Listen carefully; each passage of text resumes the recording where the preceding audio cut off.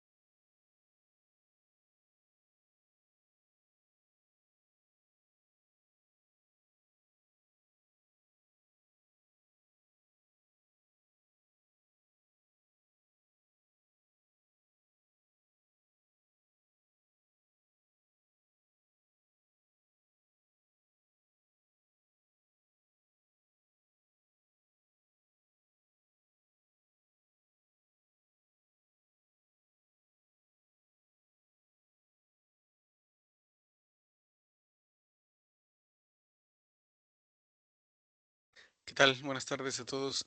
Ustedes me dicen si podemos empezar, ¿vale? Claro, ingeniero.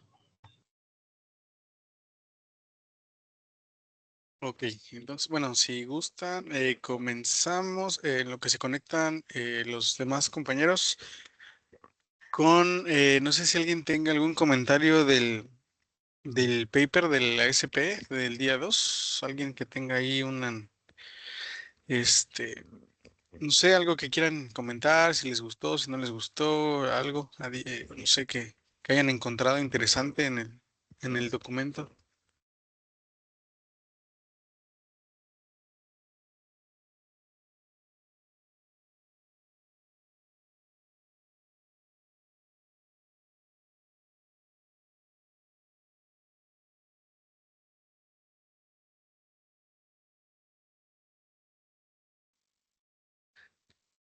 Nadie, nadie, nadie.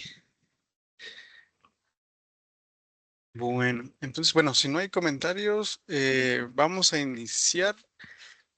Déjenme compartirles.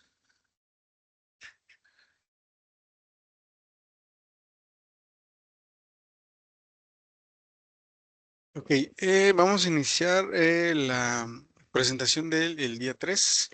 Pero bueno, aquí dice que vamos a hacer un diseño el día de hoy, eso es correcto. Sin embargo, bueno, quiero iniciar con algunos pendientes que identifiqué el día de ayer y por ahí lo que preguntaban, si no me recuerdo fue Víctor, la de las pruebas de validación de los PBTs, ¿vale? Entonces, eh, ok, de los pendientes, bueno, investigué ahí sobre lo de las pruebas de validación y se los traté de colocar aquí lo más simplificado posible.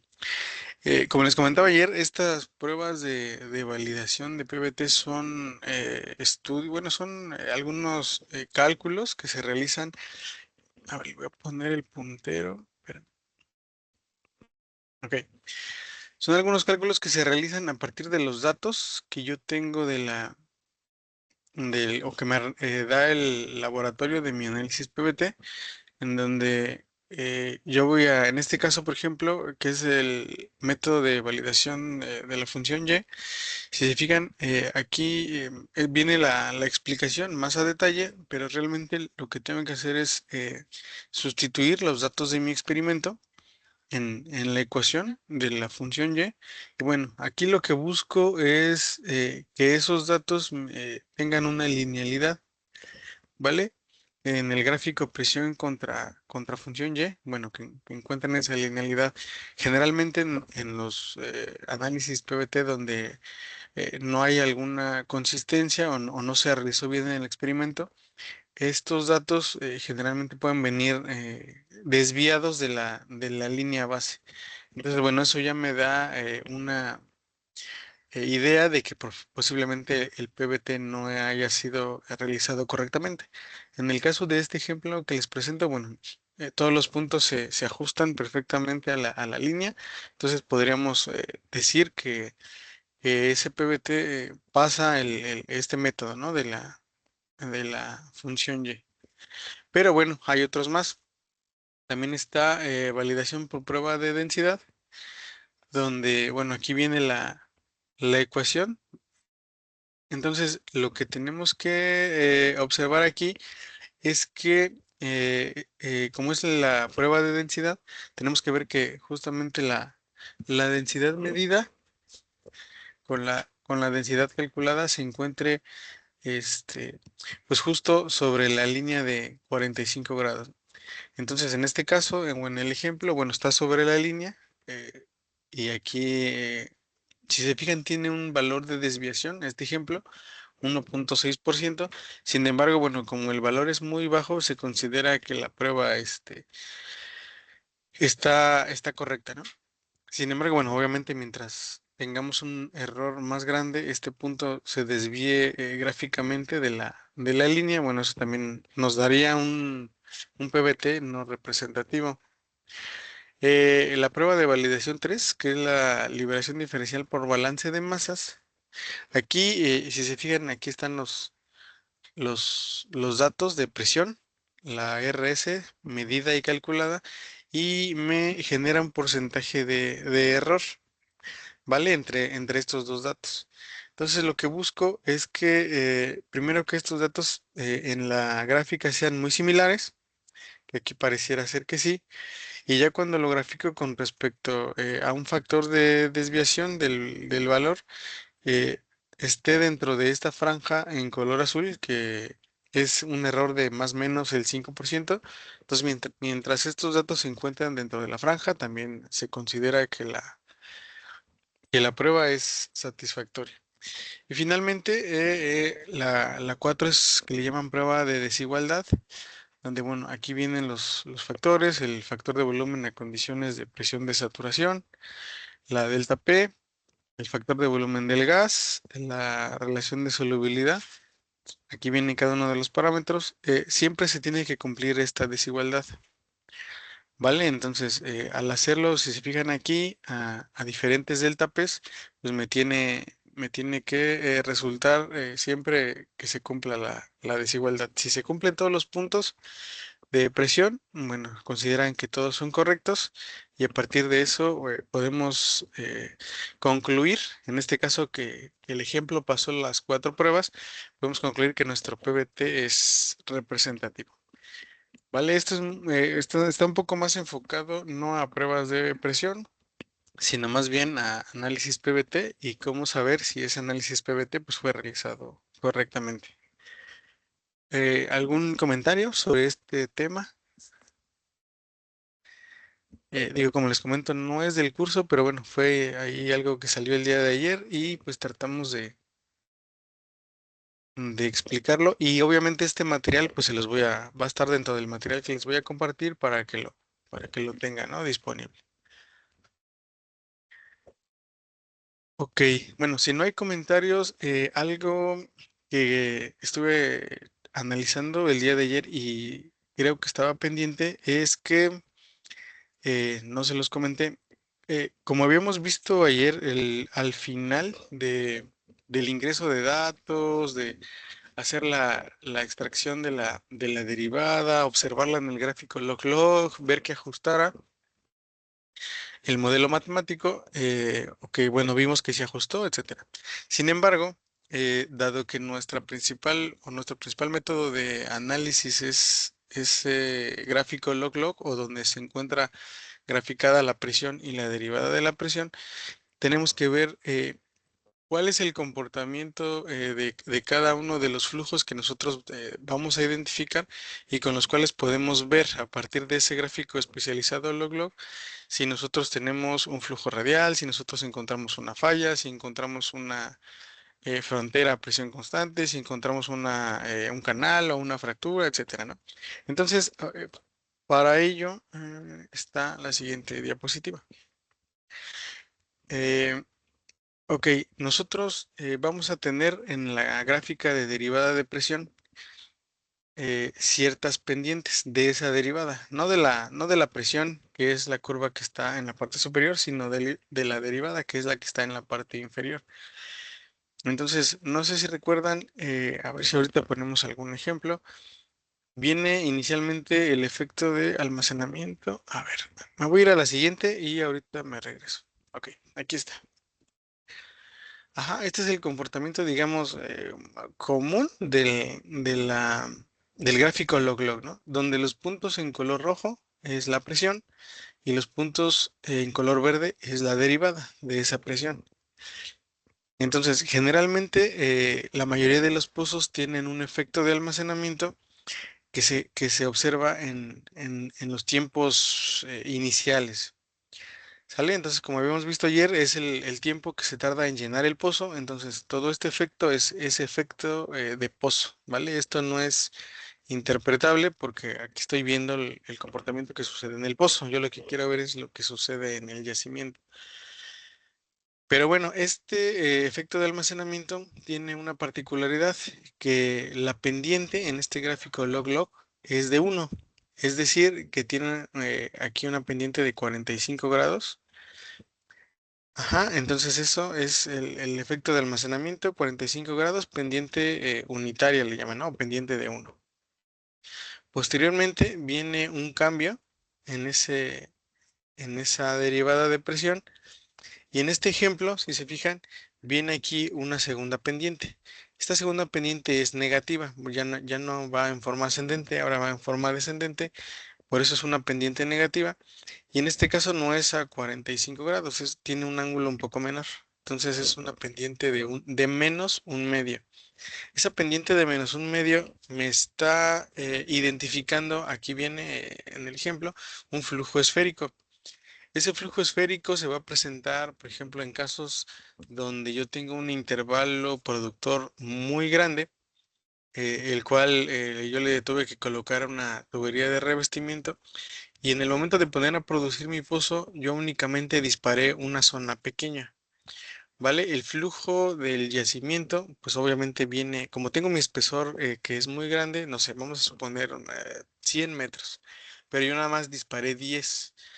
Entonces, de esos 100 metros de mi yacimiento, como estoy generando la caída de presión, el fluido va a ir de todas esas partes, de todos esos puntos de mis 100 metros, van a tratar de acercarse la partícula hacia la zona disparada, o sea, son 10 metros. Entonces me va a generar justamente una forma de esfera, porque todo se va a ir hacia el centro, ¿no? O hacia ese espesor pequeño de 10 metros. Entonces me va a generar, perdón, un flujo esférico. Y ese flujo esférico está identificado entonces con la pendiente de -1/2. Más adelante a ver si vemos algunos ejemplos y si no mañana les pongo un dibujito para que lo puedan identificar mejor cómo es que se da este flujo. Posteriormente, bueno, en este ejemplo viene una pendiente de 0, ¿vale? Es una línea completamente horizontal y justamente en esa línea horizontal es donde yo observo el flujo radial. Este flujo radial es, digamos, el flujo más importante que yo estoy buscando en la interpretación de pruebas. ¿Por qué? Porque en este flujo radial es donde yo calculo mi valor de permeabilidad, la permeabilidad efectiva, obviamente el fluido que tengo en el yacimiento, pero es el valor que estoy buscando. En ocasiones como esta, donde hay flujo esférico, pues está afectada por este daño, que este flujo esférico me va a generar un daño, pero bueno, al final lo que voy a leer yo de permeabilidad es en el flujo radial, ¿vale? Entonces siempre que veamos una prueba de producción, lo que vamos, y su análisis, lo que vamos a identificar es este flujo radial en la gráfica log-log y en este punto yo voy a obtener el valor de permeabilidad. Ya posteriormente, si se fijan acá, vuelvo a encontrar pendientes de 1, que es este de aquí, y hay algunas otras de 1/2 y 1/4. Esta pendiente de 1, que es similar a la pendiente del efecto de almacenamiento, se da cuando yo alcanzo las fronteras de mi yacimiento.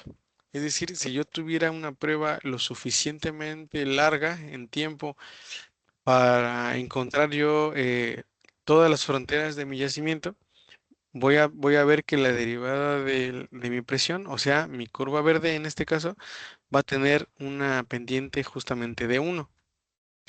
Si yo no alcanzo la pendiente de 1 y tengo pendientes de 1/2, esa pendiente de 1/2 se le encuentra cuando hay un flujo lineal. Es decir, por ejemplo, cuando el pozo está ubicado en un canal donde el flujo de fluidos viene precisamente, digamos, en dos direcciones únicamente, o sea, formo una línea, tengo mi pozo en el centro, entonces el flujo viene de la izquierda, de la derecha y viene hacia mi pozo. Entonces, eso me va a generar flujo lineal y voy a tener pendiente de 1/2. Y la pendiente de 1/4 la tengo en un flujo bilineal, donde digamos que ya se juntan dos canales y a partir de ahí puedo identificarlos. Entonces, como ven, lo que yo voy a buscar en mi gráfico log-log y en el comportamiento de la derivada de presión es justamente las pendientes que va a tener esta derivada y a partir de ello yo voy a identificar dónde voy a leer mi permeabilidad y dónde puedo tener ciertos efectos como esta penetración parcial debido al flujo esférico.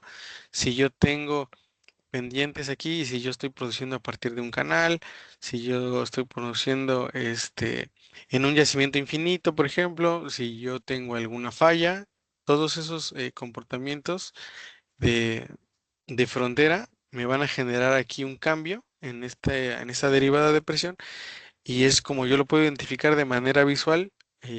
Y el software y el ajuste del modelo matemático ya me va a decir de manera cuantitativa cuál es el valor justamente de esos datos, ¿no? Algo también que podemos ver en este caso de forma cuantitativa es que mientras más separadas tenga yo la curva roja de presión y la curva verde de la derivada de presión, eso me va a dar un indicador del daño. Mientras más separadas estén, más daño tengo en el pozo. Y mientras más juntas, obviamente mi daño es de cero o incluso podría ser negativo, ¿no? Que es un indicativo que tengo un pozo estimulado. Entonces, eso también me da así a grandes rasgos desde que yo veo la gráfica log-log con la derivada, si mi pozo tiene daño, si no, y bueno, a partir del ajuste ya podríamos ver qué tipo de daño va a tener mi sistema, ¿no? Del yacimiento y mi pozo. Entonces me regreso un poquito a la diapositiva anterior, que sería, digamos, el resumen. Aquí están las pendientes de cada uno de los modelos de flujo. Entonces el almacenamiento y el estado pseudoestacionario, que es cuando ya encontré todas las fronteras de mi yacimiento, es pendiente uno. Mi flujo lineal es pendiente de un medio, bilineal un cuarto, el flujo radial de cero y el esférico, el flujo esférico, que es generalmente el efecto de penetración parcial, es menos un medio.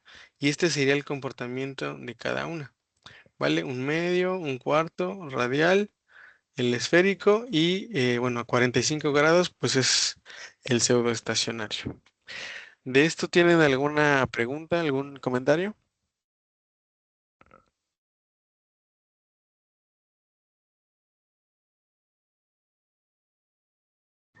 Hay dos preguntas en el chat, ingeniero. Ay, a ver, es que no tengo. Ya la vi. Ok, dice que libro recomienda para estudios PPT. Ah, bueno, ok. Creo que no les los había mencionado, pero al final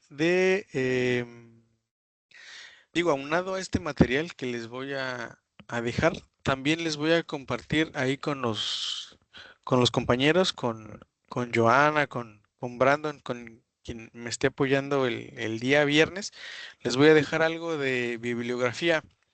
Vienen, bueno, generalmente son de tres o cuatro libros escaneados de pruebas de presión y tengo uno de PBT también. Entonces, se los voy a compartir para que ahí lo tengan y bueno, ahí para cualquier consulta, ¿no? Entonces, pues recomendar un libro, realmente, pues todos son buenos, pero en este caso les voy a... Ay, a ver, permítanme. Bueno, les voy a dejar un libro de PBT y algunos de pruebas, ¿vale? Dice, a ver, comentario pendiente de uno, se puede determinar que es una frontera o falla.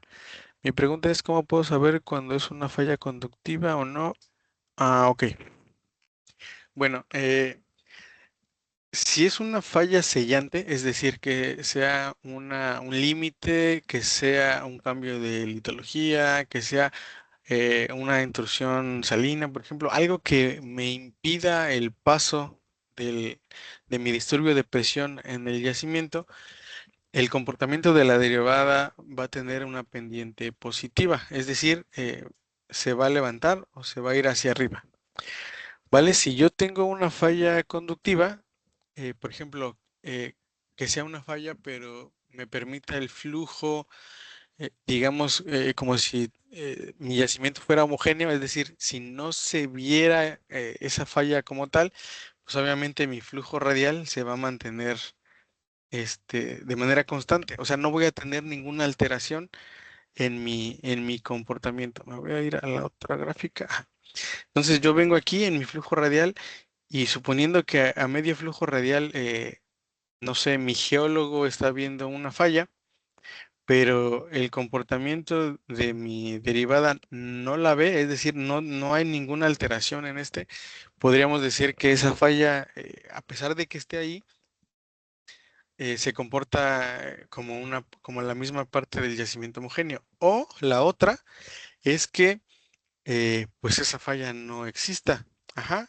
Esa es una ventaja del uso de pruebas de presión junto con geología, porque muchas veces, gracias a esto, podemos, por ejemplo, el geólogo puede ver a partir de su sísmica, pues una falla, ¿no? Ellos interpretan una falla. Sin embargo, yo puedo hacer una prueba en una zona cercana, veo mi radio de investigación de la prueba, y si ese radio de investigación obviamente abarca mucho más allá de la distancia que el geólogo tiene identificada la falla y no se observa porque veo un flujo radial completamente, pues ahí tendríamos que sentarnos los dos y decirle, mira, mi prueba no observa, no tiene ningún cambio, entonces eso quiere decir que o tu falla tiene una conductividad muy similar a la que tiene mi yacimiento homogéneo, o bueno, no necesariamente homogéneo, puede ser un yacimiento fracturado, por ejemplo, ya que tengo mi flujo radial, pero bueno, se comporta de la misma manera, o definitivamente la falla no está. Entonces a lo mejor ahí él tendría que platicar con el geofísico, ver si la sísmica es nueva, si qué resolución tiene, y ya a lo mejor tendríamos que irnos hacia atrás y ver si realmente existe esa falla o no. Pero bueno, eso sería un indicativo de si tengo una falla conductiva o es una falla sellante. Dice la validación PBT que explicó, es posible emplearla para el data que se introduce en un balance de materia. Pues sí, realmente este método es, voy a regresar. Todos estos métodos se pueden hacer a cualquier análisis PBT. Y les digo, no es, digamos, un procedimiento como tal, no es algo que digamos esté oficial en algún documento que se tenga que realizar. Sin embargo, bueno, hay algunos papers justamente de donde salieron estas pruebas, en donde te indican que la mayoría de los PBTs que cumplen estas pruebas de validación pueden considerarse representativos del yacimiento. Entonces, si yo tengo la certeza de que el PBT que voy a analizar, tanto en balance de materia como en simulación numérica, como en cualquier otro tipo de análisis, pues va a ser representativo, ¿no? De mi yacimiento. Dice, para determinar el daño es únicamente identificando la separación de las curvas.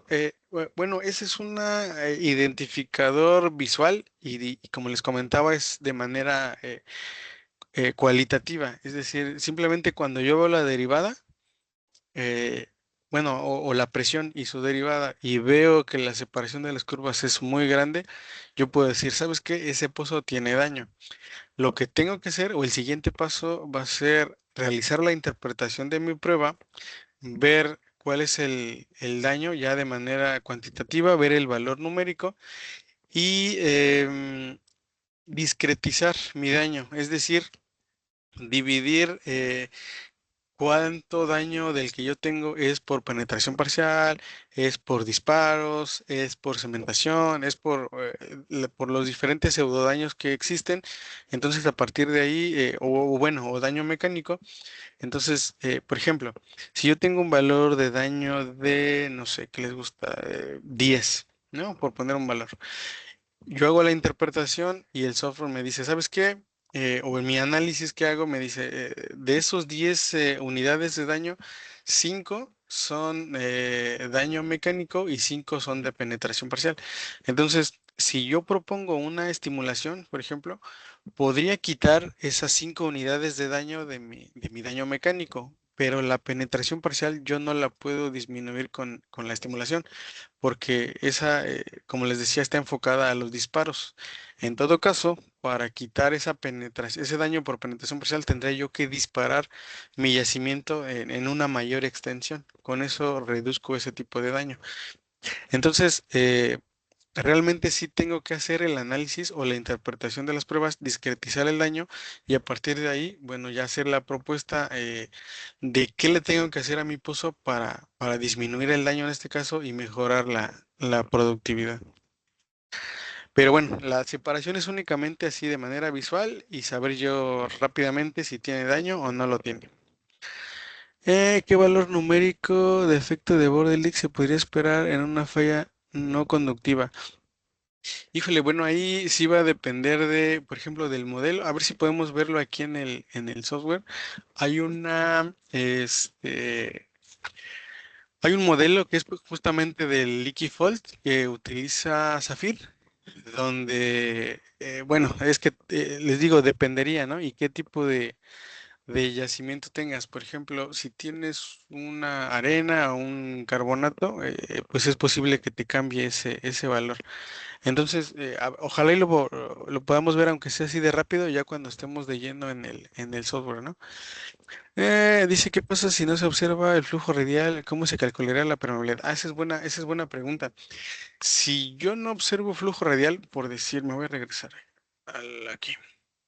Vamos a suponer que yo únicamente viera, a ver si le puedo dar zoom, eh, hasta aquí, ¿vale? Que yo nada más viera efecto de almacenamiento y luego observo el cambio de la pendiente y no encuentro, o sea, hasta aquí yo podría asumir, porque se puede hacer, que a partir del último punto que yo estoy viendo, mi línea se va a comportar con una pendiente cero. Entonces ahí yo podría asumir una pendiente y decir, bueno, si yo coloco mi flujo radial ahí, mi permeabilidad va a ser de tanto, ¿no? Sin embargo, pues a lo mejor no sería, o bueno, no es lo correcto. Entonces, para eso, si yo estoy utilizando, por ejemplo, el software, podría utilizar otro tipo de método, como el gráfico de Horner, por ejemplo, que también espero que nos dé chance de verlo un poquito, que ese obtiene la permeabilidad no de la derivada, sino de la pendiente que tengo en mi gráfico semilog. Entonces, de ahí yo podría obtener un valor de permeabilidad. De hecho, esa es una forma de comprobar que mi interpretación en la gráfica log-log sea coherente.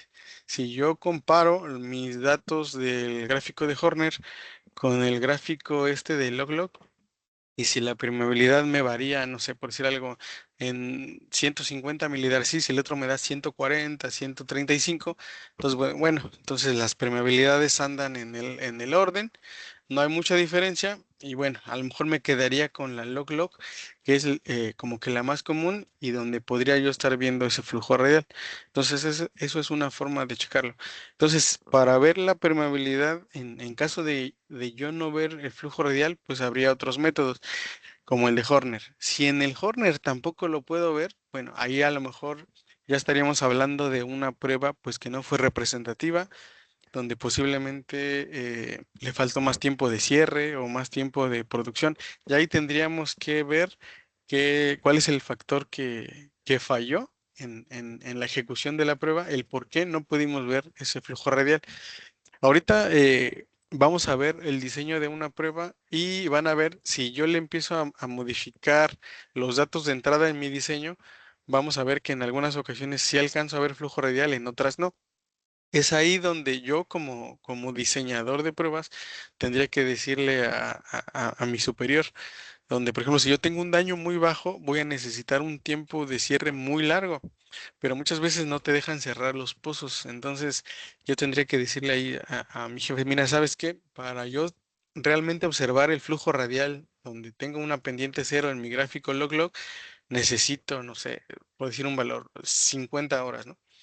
Entonces ya a lo mejor ahí los mandos superiores te van a decir, no, pues no te voy a dejar cerrar el pozo 50 horas y no tendría caso hacer una prueba porque necesito 50 horas de cierre para yo garantizar el dato de permeabilidad y el daño, ¿no? Entonces, esta parte del diseño es muy importante porque justamente nos va a ayudar a verificar qué es lo que yo necesito en cuanto a tiempo, en cuanto a, por ejemplo, recursos. No sé si va a ser una prueba fall-off donde yo tengo que inyectar fluido, cuánto volumen de fluido tengo que inyectarle para generar el disturbio de presión y obtener una respuesta. No es lo mismo inyectarle, por decirles algún valor, 500 barriles a 3000, ¿no? Entonces, todos esos factores yo los tengo que ver para poder garantizar, observar la pendiente cero o mi flujo radial y a partir de ahí tener el dato de permeabilidad bien ajustada.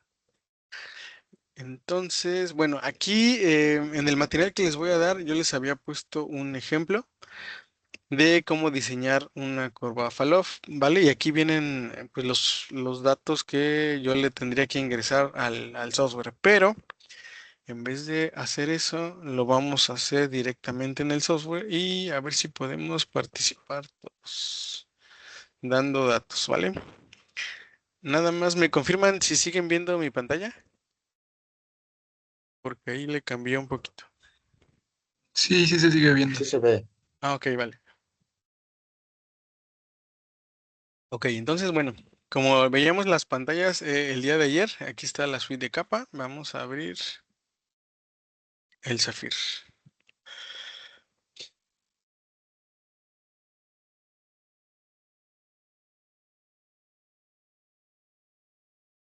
Ok, listo. Entonces, bueno, vamos a hacer una falop, ¿verdad? El diseño. Ok. Entonces, bueno, aquí está la pantalla. Le vamos a dar en blank. Y aquí viene la primera tablita, donde vienen las referencias, toda la información, qué unidades voy a utilizar, etcétera. ¿No? Entonces aquí vamos a poner que esa prueba va a ser el próximo viernes 2 de agosto, y que va a iniciar a las 8 de la mañana, ¿vale? Aquí en información, bueno, lo voy a dejar vacío, pero aquí podemos ponerle qué compañía la va a hacer, el campo, nombre del pozo, etcétera. Eso es opcional. Las unidades, como les había comentado, las unidades por default son las unidades de campo. Generalmente utilizamos esas unidades que son los barriles por día, salvo a lo mejor la temperatura que está en grados Fahrenheit. Y bueno, a lo mejor esa sí la podemos cambiar. No la vamos a usar en este ejemplo, pero si se fijan está en Fahrenheit, podemos cambiarlo a centígrados, etcétera, ¿no? Y bueno, y comentarios, bueno, ahorita no vamos a ponerle ningún comentario. Entonces, bueno, ya hicimos el paso 1. Ahora, el paso 2, vamos a darle nombre de la prueba. Prueba Pavlov número 1. Vale, entonces, bueno, va a ser una prueba, como va a ser diseño, aquí le dejamos en estándar. Y bueno, no sé, aquí el radio del pozo, a ver, yo les voy a dar algunos, no sé, el radio del pozo vamos a ponerle como está en pulgadas. Este radio del pozo, el dato que se usa es el dato de la barrena con la que se perfora la etapa de donde está el yacimiento. Por ejemplo, actualmente aquí en la Marina, a nivel de yacimiento estamos usando barrenas de 8,5 o 6,5 en algunos casos. Entonces vamos a suponer que es una barrena de 8,5, pero como me pide el radio, entonces va a ser de 4,25 pulgadas, ¿vale? Este sería el radio de mi pozo. Aquí en Python, si se fijan, no le cambié las unidades, está en pies, pero si yo le doy aquí, puedo colocar las unidades pues, que yo quiera, ¿no? Entonces vamos a ponerle en metros. Y no sé, a ver, alguien que quiera, no sé, participar ahí, ¿cuántos metros podemos ponerle ahí de Python? ¿Cuántos les gusta? A ver, adelante, Víctor. No, yo digo que 45, ¿no? Siento que Vale, sí. vamos a ponerle 45. 45 metros es de mi espesor impregnado, ¿no? La compresibilidad de roca, vamos a suponer, bueno, ya habían escrito por ahí 80, bueno, vamos a dejarle 45. La compresibilidad de la roca vamos a suponer que no la conozco, ¿vale? Entonces aquí me pone un valor por default. Recuerden que si el renglón no está en rojo, así como aquí está en blanco, este, a lo mejor no me causa ningún problema. Sin embargo, bueno, a lo mejor más adelante lo podríamos calcular. ¿Vale? Entonces no sé cuánto es la compresibilidad de la roca. Vamos a suponer que es un pozo exploratorio, que apenas estoy viendo qué propiedades tiene. Y bueno, vamos a dejar el mismo. En porosidad, alguien, eh, no sé, Diego, ahora que habías participado, a ver si puedes darnos un dato de porosidad. Así un valor que esté más o menos por... 0.5. Bueno, fíjense, aquí recordemos que la porosidad, no sé si recuerdan, creo que fue en geología, donde había un experimento, un ejercicio, ¿no? Donde se colocaba un cubo con esferas, las cuales se unían así solo en un punto y y bueno, a partir de ahí calculábamos la porosidad y si no mal recuerdo, digamos que la porosidad máxima que podríamos encontrar en una roca andaba alrededor del 30 y tantos %. ¿Vale? Entonces aquí esta porosidad es en decimal, entonces tendría que ser un valor, digamos, por debajo del 30. Cuando hablamos, por ejemplo, de algunas arenas o bancos de arenas, la porosidad puede andar en 15%, 18, 13. Y a veces en rocas carbonatadas anda en 10, en 8, más o menos, ¿no? La de la matriz.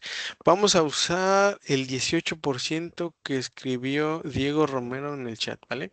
Entonces recuerden que es decimal, entonces sería punto 18, ¿vale? Vamos a dejar ese punto 18. La profundidad de mi cima del yacimiento la vamos a dejar así. No, esa no me va a afectar, no entra en el cálculo de este análisis, ¿vale? Entonces nos vamos al paso 3. Vamos a suponer que es un yacimiento de aceite. Todavía no sé si hay agua, si no, no he puesto a producir el pozo, entonces yo considero que es aceite, ¿vale? Eh, como aquí puedo definir los valores de PBT, pero recordemos que si yo me brinco al paso 4 y no le defino el PBT avanzado, ¿por qué? Porque a lo mejor, o una de dos, o no tengo un PBT, entonces no tengo justamente los datos que tengo que meter, o cuando ya los metimos y vimos que el modelo ajusta de manera correcta, entonces me brinco al paso 4 y coloco directamente un factor de volumen y una viscosidad. Entonces, no sé, ¿qué factor de volumen les gusta? Obviamente, no sé, entre 1 y 2. Ahí podríamos ver si es un yacimiento de aceite pesado, ligero, no sé, algún factor de volumen. ¿Alguien? A ver, por ahí veo un 0.8. Recuerden cuando vimos el factor de volumen, eh, ese factor de volumen es el volumen, digamos, que mi aceite se reduce de cuando yo llevo ese aceite del yacimiento a la superficie. Entonces platicábamos de que si teníamos un valor de 2, por ejemplo, ese valor de 2 lo utilizáramos como un cociente o una relación donde ese 2 va en el denominador. Entonces, ¿qué quiere decir? Que de mi volumen, si yo en mi yacimiento tengo un barril en superficie, como mi factor de volumen es 2, entonces voy a tener un medio, ¿vale? O sea, de mi barril que tengo en condiciones de yacimiento en superficie voy a tener únicamente medio barril.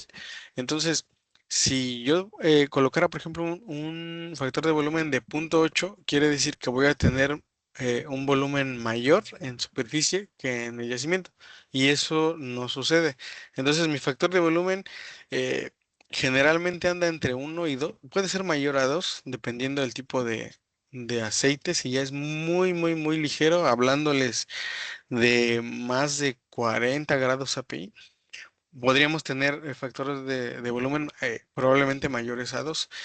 Sin embargo, por ejemplo, en un aceite pesado o mediano, entre 1.1 y tal vez 1.5, 1.6, por ahí podrían andar los factores de volumen. Entonces, por ahí Andrés Pineda puso 1.1, pues vamos a usar 1.1, ¿vale? Ahora, viscosidad. Este valor es muy importante. Este valor va directamente relacionado con la permeabilidad. Si vamos a suponer que yo le dejara un valor de 1 aquí, cuando yo hago mi interpretación, a lo mejor me da una permeabilidad de 100 milidarcis, ¿vale? Pero si de repente me di cuenta que mi viscosidad no era 1, que era 2, es decir, era el doble, mi permeabilidad va a aumentar el doble. ¿Sale? Entonces en vez de 100 voy a tener 200 milidarcies. Entonces este valor que yo le coloque a la viscosidad sí va a afectar de manera directa y muy fuerte mi valor de permeabilidad. Entonces sí debo de, en este caso, tener bien amarrado ahí mis datos con mi PVT y para que la permeabilidad que yo calcule esté justamente adjudicada al fluido que está pasando por la roca, ¿no? No sé qué valor se les ocurre. Aquí sí, no sé, si ya le pusimos un factor de volumen de 1 a 1, quiere decir que nuestro hidrocarburo que estamos teniendo es un hidrocarburo pesado, ¿vale? Como el factor de volumen es muy, muy chiquito, probablemente estemos hablando de aceites de entre 10 y 15 grados API. Eso me va a llevar a tener un valor de viscosidad alto. No sé, eh, alguien, bueno, veo ahí un punto 1. Ese podría ser, sin embargo, ese punto 1 es de un aceite muy ligero, ¿vale? Aquí, como les comentaba, estamos hablando con ese veo, tendríamos que tener un aceite pesado, no sé, vamos a ponerle 10. ¿Vale? 10 centipost. Bueno, 5, para no irnos tan altos, 5 centipost. Este, sí, por ahí pusieron entre 10 y 80, correcto, o sea, sí puede haber valores muy, muy, muy altos, ¿no? Incluso, bueno, he visto valores a condiciones de yacimiento no tan altos, pero sí andan alrededor de 20, ¿no? Incluso algunos. Pero bueno, en este caso, vamos a dejar el 10 porque pusieron por ahí. Ok, ahora la compresibilidad total. Este es un valor también muy importante. Generalmente no se tiene, salvo que ya tengamos alguna prueba ahí de interferencia. Pero si no se tiene, hay datos que pertenecen a cada tipo de roca, donde te dan un valor de compresibilidad, digamos, tipo o un rango, ¿no? A lo mejor para arenas, cierto valor, para yacimientos fracturados, carbonatos, otro valor. Entonces aquí vamos a suponer que es un yacimiento fracturado. Vamos a dejarle el 3, pero vamos a dejarlo en 3 por 10 a la menos 5. ¿Vale? Eso sería a lo mejor un valor muy cercano a un yacimiento fracturado. Y saturación de agua, bueno, vamos a ver, vamos a suponer que la conozcamos. No sé, y obviamente si sabemos que estamos en zona de aceite, la saturación de agua debería de ser baja. No sé qué valor se les ocurre por ahí. Alguien que ponga algún dato que nos lo diga.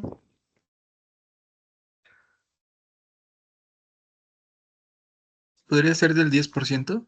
Ok, vamos a dejarle el 10. Vamos a ponerle 10%.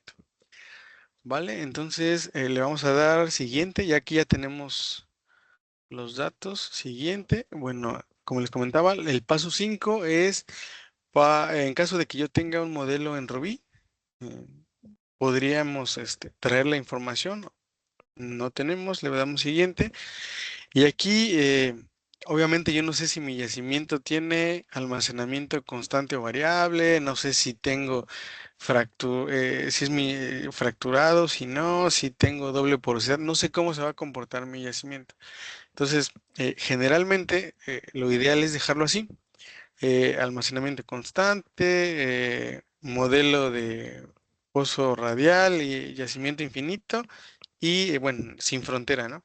Obviamente, ya conforme veamos el comportamiento de la derivada, ya lo podemos cambiar, entonces no hay ningún problema. Entonces ya le damos crear y listo. Ya me genera mi espacio en blanco donde yo ya puedo empezar a trabajar. En este caso, como recordaban la sesión de ayer, no vamos a cargar información porque vamos a hacer un diseño, ¿vale? Yo tengo que darle la información.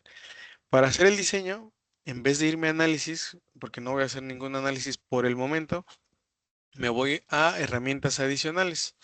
Aquí en herramientas adicionales tengo dos formas de hacer un diseño. un diseño analítico y un diseño numérico. El diseño numérico me va a generar un mapa. Ese mapa yo, por ejemplo, puedo, si yo tengo mi mapa con escala en un dibujito, yo puedo colocar la imagen ahí, trazar el contorno, ponerle fallas, etcétera, y creo un modelo chiquito, obviamente en 2D, porque esto no nos da nada en 3D, pero ya me da de manera visual cómo tengo mi yacimiento a las cercanías del pozo. En este caso voy a hacer un diseño analítico donde únicamente vamos a ver las gráficas, ¿vale? Entonces me voy a Analytical Design y me abre una tablita. En esta tablita es donde, como vemos aquí, yo ya puedo cambiar mi tipo de almacenamiento, pozo, etcétera.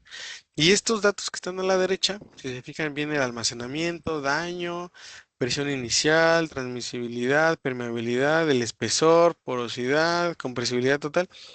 Esto yo ya lo puedo modificar para crear mis diseños, ¿vale? Yo puedo, no sé, por ejemplo, crear un diseño con estos datos, pero luego digo, bueno, ¿qué tal si mi pozo no tiene daño 0? ¿Qué tal si tiene daño de 5? Entonces le pongo 5 y creo otro y así.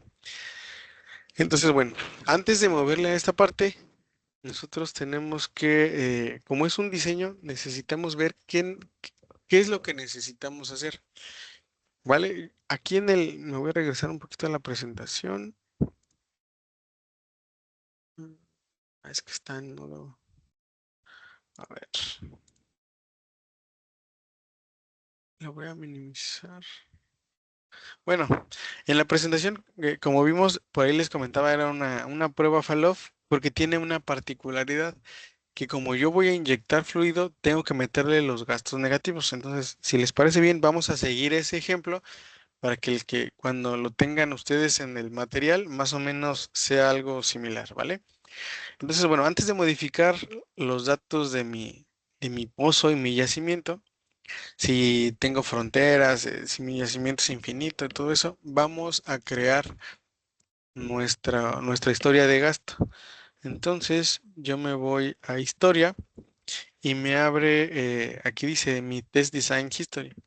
En como va a ser una prueba Fallout donde yo voy a inyectar, entonces necesito colocar aquí qué volumen voy a inyectar, a qué gasto, cuánto tiempo, etcétera.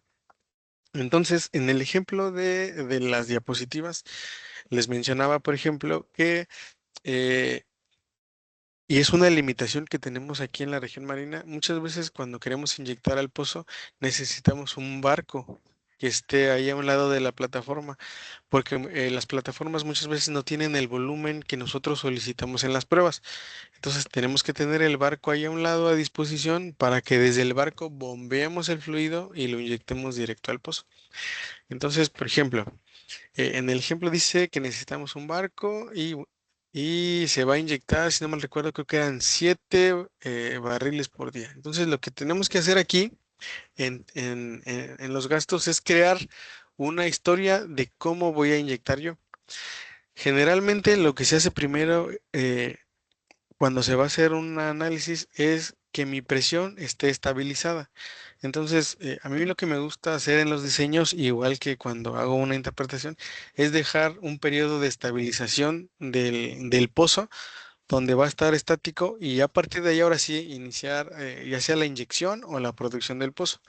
Entonces, podríamos dejar inicialmente 2 horas a un gasto de 0, que sea un periodo de estabilización antes de mi prueba. Después, ahora sí, ya viene la inyección. Recordemos que es una prueba Faloff.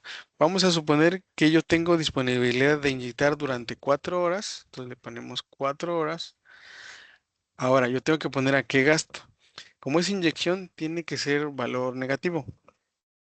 Entonces, vamos a suponer que el gasto son 5,000 barriles. ¿Sale? Aquí están las unidades, 5,000 barriles por día. Entonces, listo. Tengo un periodo de estabilización. Posteriormente, durante 4 horas voy a estar inyectando a un gasto de 5,000 barriles.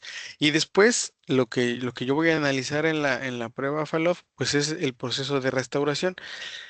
Ese proceso de restauración, como habíamos visto, nosotros el análisis lo vamos a hacer en un gráfico log-log, ¿vale? Si recuerdan, los gráficos logarítmicos van en escalas, digamos, de 1, ¿no? Y por 10 o al revés, o dividido entre 10.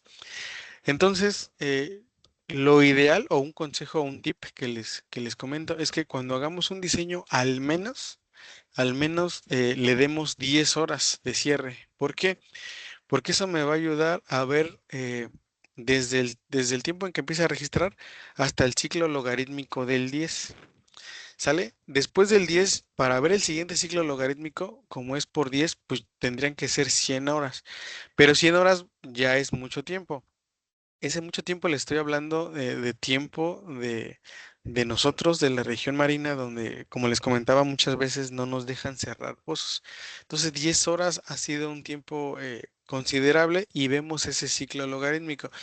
En exploración, por ejemplo, donde haces pruebas de producción ya un poco más largas, ahí sí puedes solicitar cierres de 100 horas para ver los dos ciclos logarítmicos completos, ¿vale? En este caso, vamos a dejarlo únicamente por 10 horas para ver el ciclo y como va a ser un cierre, como yo ya dejé de inyectar, nuevamente mi gasto va a ser cero.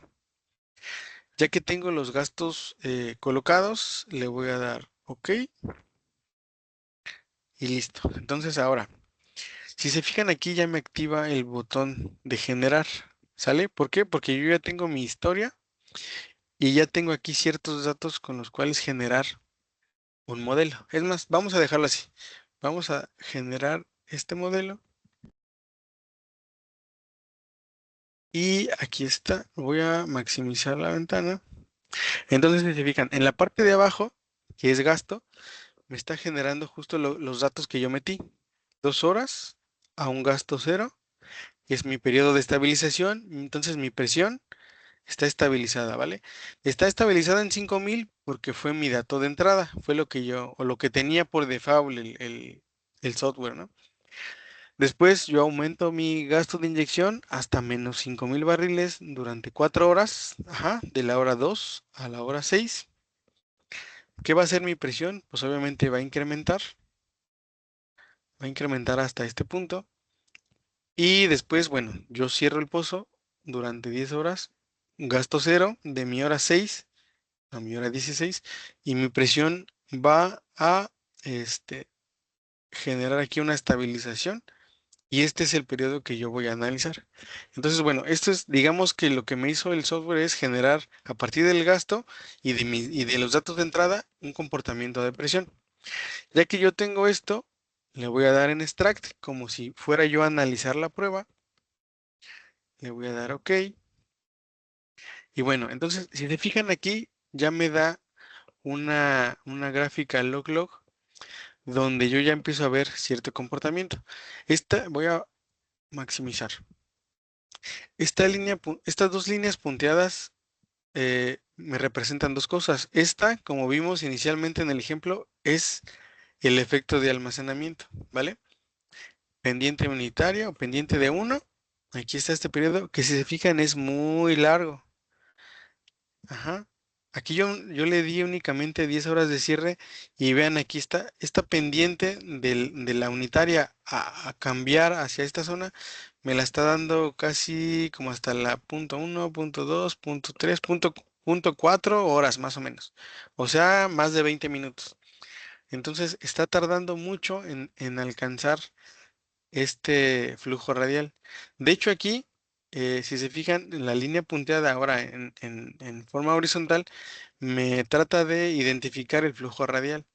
Pero estos puntos que yo le estoy dando aquí no llegan a ese flujo radial. Entonces, con los datos que yo ingresé, eh, de gasto, los tiempos de cierre, con la permeabilidad, con la presión inicial, con el daño que yo le dejé y todo eso, no estoy viendo el flujo radial, ¿vale? Me voy a regresar aquí al diseño. Entonces, si se fijan, aquí están los datos, ¿vale? Le puse daño cero, presión inicial los 5000. Esta transmisibilidad va a cambiar a partir de que yo le cambie el dato de permeabilidad. Eso ahorita lo hacemos. Y bueno, el espesor, como se lo metimos, dato de entrada, ese no lo vamos a cambiar, ni la porosidad, ni la compresibilidad total, ¿no? Esos datos ya no se mueven. Pero podemos modificar la permeabilidad. Vamos a suponer que la presión inicial no la movemos porque también la conocemos. Entonces, digamos que aquí los datos que podemos cambiar son permeabilidad, daño y almacenamiento, ¿vale? Entonces, no sé, ¿qué les gusta? ¿Le damos mayor permeabilidad o menos? Para que vean qué efecto tiene. Bueno, vamos a suponer que bajo esas condiciones, o sea, bajo esta misma condición, me dijeran, pues tú dime cuánto tiempo necesitas bajo estas condiciones que yo vea un flujo radial. Bueno, entonces, como estas condiciones yo no las voy a cambiar, o porque estoy suponiendo que son las correctas, lo que tendría que hacer es irme a History y en vez de darle 10 horas de cierre, a lo mejor darle, no sé, bueno, le voy a exagerar, 100, para ver todo este siguiente ciclo logarítmico, ¿vale? Entonces lo genero y aquí está. Entonces, si se fijan, aquí ya están mis 4 horas de inyección, pero si se fijan, ahora sí ya tengo 100 horas de cierre, ¿vale? Hasta acá. Y aquí me da una visión previa. A ver, no voy a dar. Es que solo me está agarrando esas 10. Vamos a ver. Me voy a ir acá.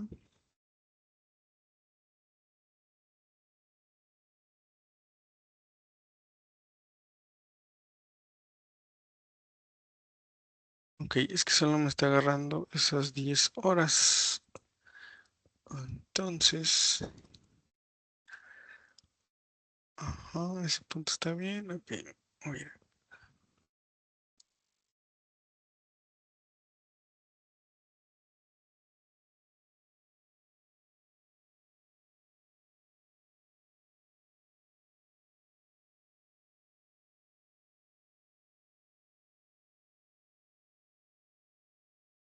Ah, ok,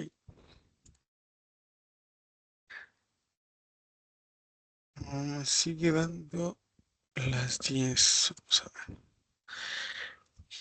Es que aquí está agarrando el modelo inicial y solo me está dando cierre por 10 horas. Entonces, lo que quiero hacer es cambiarlo. Ok, 2, 4 y 100 horas. Ok,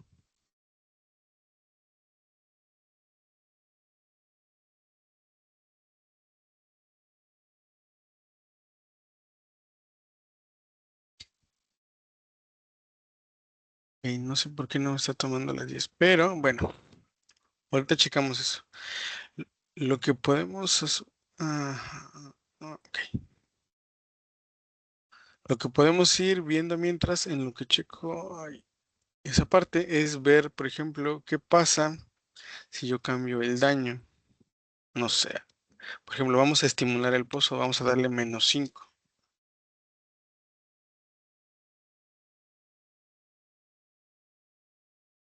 Si se fijan, ya aquí ya cambió completamente el comportamiento.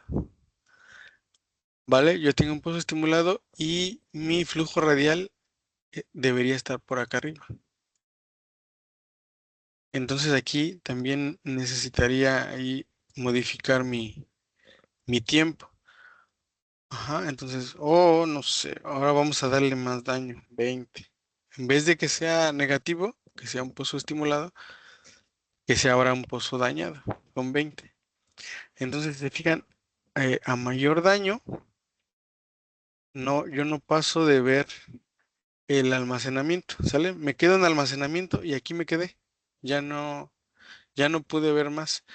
Y aquí esta línea punteada, como les decía, me da una estimación de dónde podría estar mi flujo radial, pero ya no la veo. Ah, ajá, ok.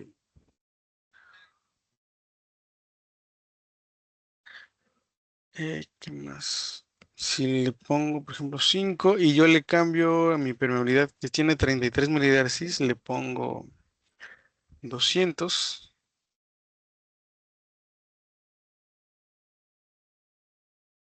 Ajá. Entonces, si se fijan, al aumentar mi permeabilidad, bajo esas condiciones, yo ya veo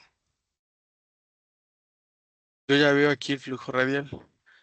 Y si hago el análisis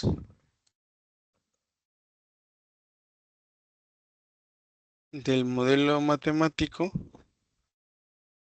obviamente me da los valores que yo le di, pero ya veo el radial.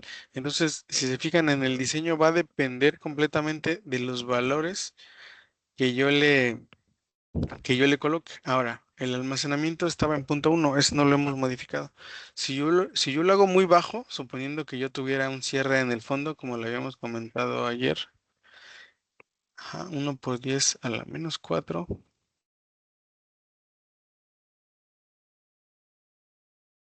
Aquí está, miren, si se fijan, esta línea de mi almacenamiento ya es bien poquita. Y ese efecto de almacenamiento, si se fijan, comparándolo con los escenarios anteriores, me estaba dando que yo veía el cambio en la pendiente hasta más o menos aquí, punto 4, punto 5 horas. Como yo ya hice un cierre en fondo y me está quitando el almacenamiento, yo ya puedo ver el radial antes del punto 1 horas, que son, ¿qué? 6 minutos, ¿no? O sea, antes de 5 minutos, yo ya veo flujo radial cuando hago mi cierre en el fondo. Si no lo hago en el fondo, como lo habíamos visto anteriormente, y que hago mi cierre en superficie, eso me va a generar mayor almacenamiento. Si se fijan aquí, esta curva es mucho más larga y eso hace que cuando yo llego a mi análisis, pues ya no alcanzo a ver el radial, ¿no? Si se fijan, las condiciones eran las mismas, únicamente cambié el almacenamiento. En uno se veía ya el flujo radial desde aquí, desde antes del punto 1, y en esta otra condición no lo alcanzo a ver. Entonces, si se fijan, es importante eh, ese efecto de almacenamiento porque me podría ayudar a partir de tener las mismas condiciones, si yo tengo, o poder ver el radial o no poder verlo.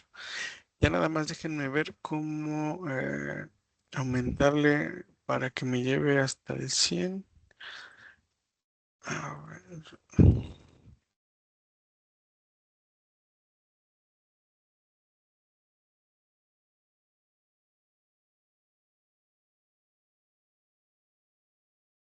No, es que aquí me sigue dando hasta el 10.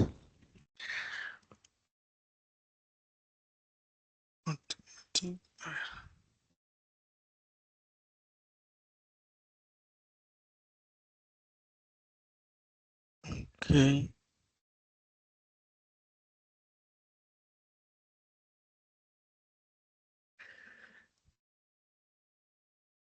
Bueno, para no hacer otro ejercicio, déjenme checarlo, y mañana si quieren empezamos con este ejercicio. Lo voy a guardar así como está.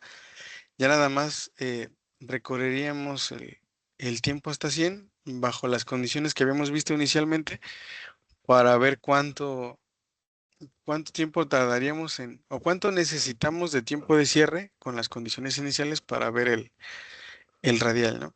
Entonces, pues bueno, obviamente un diseño va a depender completamente pues de lo que yo requiera, ¿no? Por ejemplo, si quiero ver alguna frontera o si yo sé que tengo alguna frontera cercana, vamos a darle aquí. Entonces yo puedo diseñar también una frontera, ¿vale? En vez de yacimiento infinito, le voy a poner que tengo una falla. Entonces automáticamente aquí ya me dice, primero si mi falla es falla sellante o una falla a presión constante, es decir, donde podríamos tener comunicado, por ejemplo, un acuífero activo o algo ahí, no sé, en esa falla. Entonces yo le voy a pedir o le voy a colocar que es una falla sellante y que está a, no sé, vamos a ponerlo muy cercano para que lo vea, 40 metros. Y mi permeabilidad la voy a elevar para que se vea el comportamiento de la falla, ¿vale? Y el daño le voy a poner 0. Ah, bueno, le dejé mucho almacenamiento, pero a ver si lo alcanzará. Ah, bueno, aquí está. Entonces, si fijan, a pesar de que tiene mucho almacenamiento, como le puse un Darcy de permeabilidad, entonces ve mi almacenamiento, ve mi flujo radial, este pedacito de aquí. A ver, le voy a dar mejor. Ajá, este pedacito de aquí, en esta línea lo puedo ver. Esto de aquí, ya tengo mi flujo radial. Y como está una falla cercana, si se fijan, el comportamiento como les comentaba inicialmente, es de que mi pendiente se eleve, ¿vale? Entonces aquí, cuando veo así un comportamiento en, digamos que cierta parte en U, quiere decir que yo tengo una falla que me está haciendo o generando sello en mi prueba. Em, puede ser una o varias, por ejemplo, aquí yo le puedo poner fallas paralelas. Entonces, como son dos fallas, yo tengo que colocar a qué distancia están ambas fallas. Entonces vamos a suponer que están a la misma distancia, ¿vale? 130 pies, ambas. Y lo que me va a generar es que va a subir un poco más esa pendiente. Bueno, no se alcanza a notar tanto, tal vez por el tiempo, ¿no? Mañana lo hacemos más largo, pero bueno, aquí ya cambia un poco el comportamiento de aquí. Se fijan aquí, ya hay como dos pendientes, una inicial aquí y otra en la parte final acá. Eso lo podríamos ver. Aquí, si yo le pongo en New Plot, aquí es donde yo coloco Horner. Y en Horner puedo colocarle las dos pendientes de las dos líneas. ¿Vale? Y eso aquí nos ayuda también. A ver. Y aquí, en el ajuste aquí en Horner, si se fijan, aquí ya me da también el valor de permeabilidad, ¿vale? Entonces, bueno, esa es una opción que tenemos aquí y lo que nos dé acá el modelo, ¿no? Entonces, bueno, aquí, bueno, hay muchas formas de hacer diseños. Todo va a depender, obviamente, de lo que yo tenga o de lo que me dé, la información que me dé el geólogo, en este caso, si tengo fallas, si no, si mi almacenamiento es variable, yo lo puedo cambiar. Si mi pozo, aquí, si mi pozo en vez de vertical es horizontal, por ejemplo, si es horizontal, si se fijan aquí ya me pide más datos. Me pide una relación de permeabilidades entre la vertical y la radial. Me pide, por ejemplo, igual si la cima de mi yacimiento es sellante o es presión constante. O sea, ya me pide una mayor cantidad de cosas que yo tendría que colocar, dependiendo del dato de entrada que yo le coloque, ¿no? Entonces, bueno, a partir de ahí, me va a ver. Entonces, bueno, ya nada más para regresar en el ejercicio que está en las presentaciones, hace mención algo sobre lo del daño que habíamos visto, la separación de curvas, cómo cambiar los datos. Y bueno, en este caso había que aumentar el tiempo de cierre para ver el radial, ¿no? Que era lo que queríamos ver. Y bueno, creo que sería todo por el día de hoy. Ya más o menos vimos pues algo sobre el software aquí directamente. Mañana lo que haríamos sería cargar una curva de incremento, ahora sí ya desde los datos de presión, de gasto, los datos del yacimiento. Veríamos de dónde los tenemos que sacar y haríamos el ajuste y pues ver qué datos de permeabilidad tenemos, de daño Y sobre todo, les digo, ya después de hacer los ajustes, el plus o lo que tendremos que hacer nosotros como ingenieros de yacimientos es comentar a, cuál sería la recomendación, ¿no? Mantener el pozo igual, estimularlo, ampliar el intervalo disparado, o no sé, ¿no? Dependiendo de lo que nosotros veamos en la prueba, ¿no? Que hayamos realizado. Y pues no sé si tengan alguna pregunta.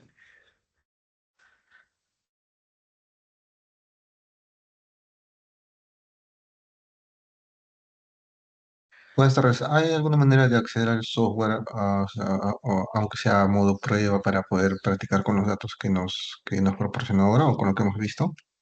Déjame consultarlo con la compañía. De inicio, pareciera que no, pero a veces la compañía tiene licencias temporales donde tal vez a lo mejor por un día o por dos o no sé, por el tiempo que ellos consideren, este, las puede liberar. Déjenme platicar con ellos a ver si hay algún chance. Y yo les comento eso a más tardar, pues el viernes, ¿no? Pero, o sea, de inicio lo veo complicado, pero afortunadamente me llevo bien con el personal de la compañía. De hecho, ellos están enterados que les estoy compartiendo este curso. Entonces, bueno, sería cuestión de preguntarlo, consultarlo con ellos. Y en caso que me dijeran que sí, bueno, ya vemos cómo pueden instalar el software y pues estar ahí un ratito, ¿no? Pero lo consulto para ver si se puede. Ok, muchas gracias. Sí, de nada. ¿Alguna otra pregunta o comentario? Realmente, bueno, también es un poco complicado el hecho de pues de no poder moverle, ¿no? Directamente, estar únicamente viendo, pero bueno, espero, espero que después podamos hacer un curso ya, presencial y que haya más oportunidad, aunque fuera en una sola máquina, pero que todos tuviéramos ese chance, ¿no? Eso también, ya lo trabajaría aquí con Brandon y los chicos del capítulo estudiantil, a ver si se hace algo para el próximo año. Digo hasta el próximo año porque es cuando tengo vacaciones y puedo ir a la Ciudad de México, ¿no? Pero si no, pues podríamos continuar haciendo algunas sesiones, pues aquí en línea. Pues si no hay comentarios, nos escuchamos el día de mañana. Traten de leer el documento que les mandé para el día 3. Ese, si no mal recuerdo, a ver, déjenme consultarlo, pero el día 3, bueno, ese es un documento donde habla de la doble porosidad. Entonces está interesante también. Y el del día 4, bueno, es un artículo también un poco más sencillo. Entonces, bueno, si lo pueden leer, estaría bien y ya platicamos mañana un poquito de eso, ¿vale? Y bueno, el viernes es el examen. Voy a platicar con los chicos si quieren que lo hagamos aquí a tiempo real o se los dejo, ya ahí vemos cómo le hacemos. Estoy utilizando una plataforma que se llama Quizzes. No sé si han usado también a lo mejor una que se llama Kahoot, es algo similar. Pero como tenemos licencia pagada de esa página, entonces la voy a utilizar. Ya si lo hacemos en vivo o no, bueno, ya lo checo con los chicos, pero bueno, ya prácticamente ya está terminado también. Y no es muy largo, son 20 preguntas y están sencillas. Entonces, para que también se animen a participar los próximos días con la lectura de los documentos y bueno, ya saben que cuenta un acierto adicional a lo que saquen en el examen, ¿vale? Entonces, bueno, nos escuchamos el día de mañana. Buenas tardes a todos.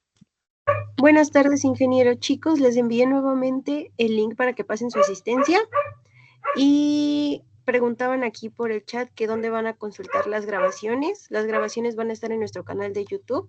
En estos días las estaremos subiendo. Y las presentaciones, ingeniero, ¿nos hará llegar la presentación? Sí, perdón, esa se las voy a enviar el día de mañana. Mañana se las comparto para que le den una leída. De hecho, todas las preguntas del examen vienen de la presentación. Entonces, se las comparto mañana después de la clase para que le echen una leída en la tarde o incluso el mismo viernes en la mañana y tengan ahí la información fresca para responder el examen. Ok, muchas gracias. Entonces nosotros se las haremos llegar a los chicos. Muchas Sí, gracias, sí, por ingeniero. Muchas gracias, chicos. Muy buena tarde a todos. Gracias igualmente. Hasta luego. Hasta luego.